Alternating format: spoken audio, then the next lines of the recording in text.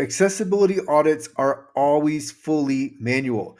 If you come across a service provider who indicates that their audit is in any way automated, you can go ahead and cross that service provider off your list.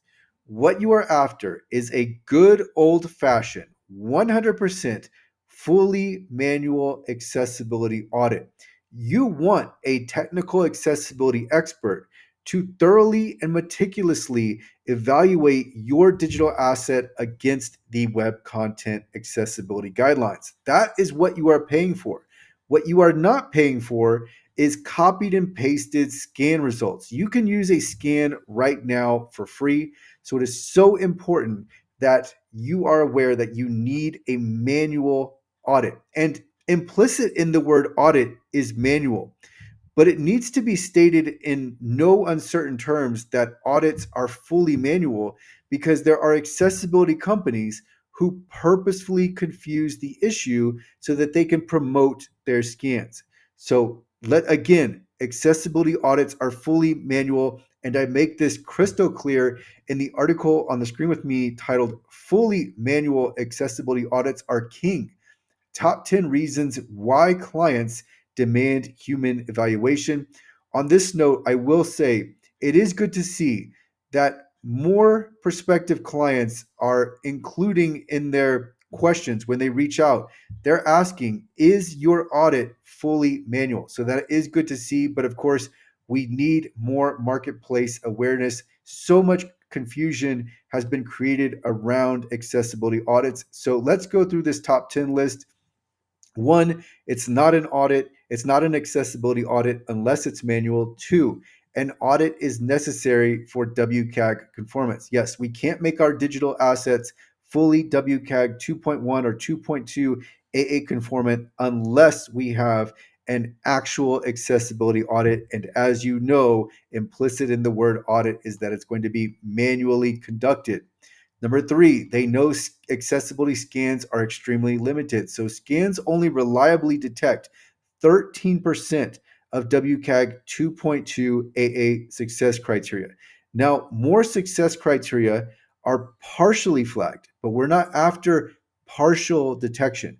We want to know conclusively what accessibility issues exist on our digital asset. The only way to do that is through an accessibility audit. Number four, they want to be ADA compliant or compliant with another law. That is very similar to number three. We need to know for sure what accessibility issues exist, and we need to be conclusive with that. Number five, an audit is necessary for certification. Number six, audits are required for filling in a VPAT. Number seven, their objective isn't 100% score on a scan. We see confusion on this, especially with platforms. So what happens is virtually all of the accessibility platforms in the marketplace are scan based. So what has happened all too often for so many years and continues to this day is that someone ends up purchasing access to the accessibility platform or a package that includes the platform, and then they work towards 100% score on the scan results, but that's not the objective. The objective is full WCAG conformance. So this whole time they're working from a skewed outlook on the accessibility of their digital asset, and that happens because so many platforms are scan based. All right, number eight, audits use diverse evaluation methodologies to uncover issues. So, this is what I was talking about. We want a technical accessibility expert who is going to actually go through our digital asset, and they're going to try to find any instances of non-conformance. So, they use multiple different evaluation methodologies, including screen reader testing, keyboard testing, using a color contrast analyzer tool, visual inspection, audible inspection, code inspection, and any other evaluation methodology to try to identify any instances of non-conformance. Number nine, scans are free. Again, we've talked about this. This is not what you don't want to buy into a scan. You can use a scan right now for free. So you don't want to come to accessible.org and then purchase an accessibility audit and then we return copied and pasted scan results. That's not what you're after. And you're not after screen reader testing along with scan results. You want a full manual accessibility audit. And then number 10, the market demand is real. So even if you don't hear it from me, you will see it in laws and regulations, company policies, settlement mandates, procurement requests.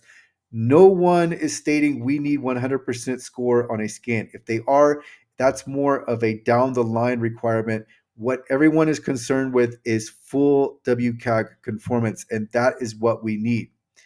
All right. So, and then last year, I have some final thoughts. Scans can be used and should be used at the end of an accessibility audit, at the conclusion of an accessibility audit, because scans have value in reducing incidents of human error. So if we use it, if we run a scan after an accessibility audit, we want to make sure that any issues that are correctly flagged by a scan are included in the audit report. So that's where the value comes in for an auditor. And so I have here, there should be two layers, the audit, which is manual, and then the automated scan. So what some companies put forth is that we should combine scans. So they'll call it scans, automated testing, and then manual testing. No, manual testing can mean any one of multiple things. It's not manual testing. We need to be crystal clear that we are getting the audit. We're getting to the formal, thorough manual evaluation. That is what we need. We do not need the scan, and we don't combine manual testing and automated testing. That is not how this works. And that's why I always try to keep alignment, like in all of the educational materials. It's always so important to me to be aligned in the terminology, because if you are misaligned, that gives rise to confusion. And we've seen so many accessibility companies take advantage of this with their marketing messaging, because they smooth things out so that where they seemingly flow together when in fact they do not. And a prime example of this is indicating that there is the combined approach where we are combining the automated and the manual side of accessibility. That is not the case.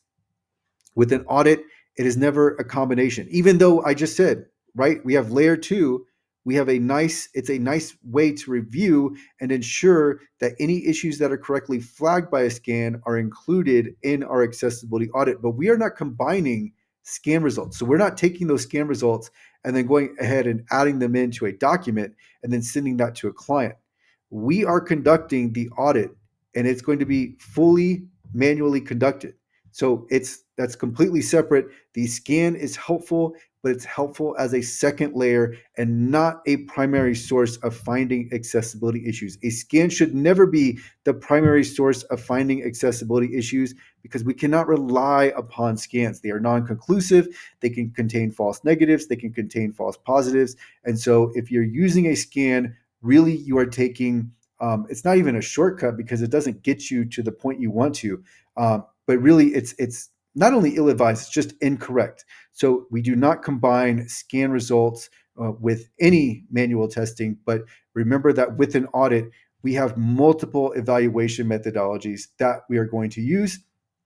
And so that is what I wanted to cover here. I will link to this article in the description. Again, it's titled here, "Fully Manual Accessibility Audits Are King." And now let's go ahead and look at some of the terminology being misplaced in a Reddit post. And this was actually posted just 3 days ago. I happened to come across it. The title of the post is "Accessibility Audits Are Driving Me Nuts. Anyone else getting wildly different results?" So as I'm going to read through part of this.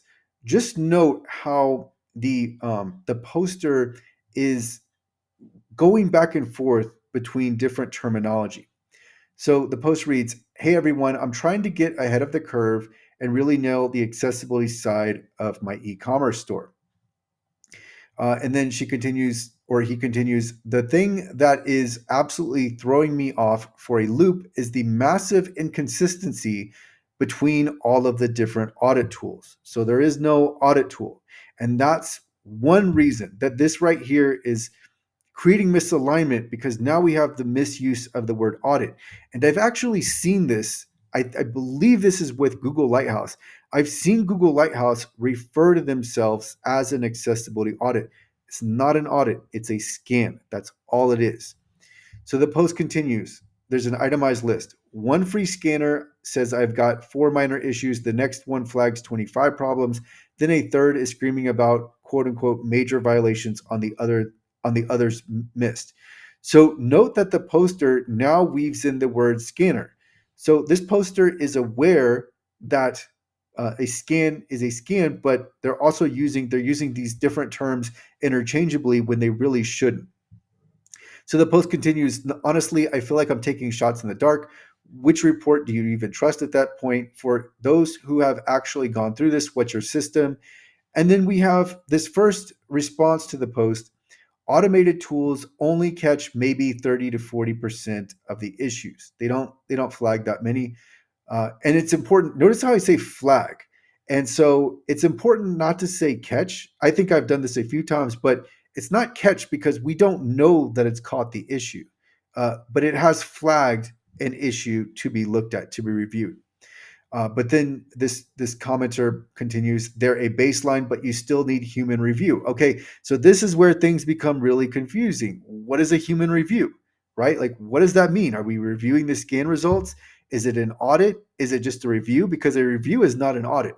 An audit is going to be thorough. It's going to be complete. It's going to be comprehensive. A review can mean any number of things.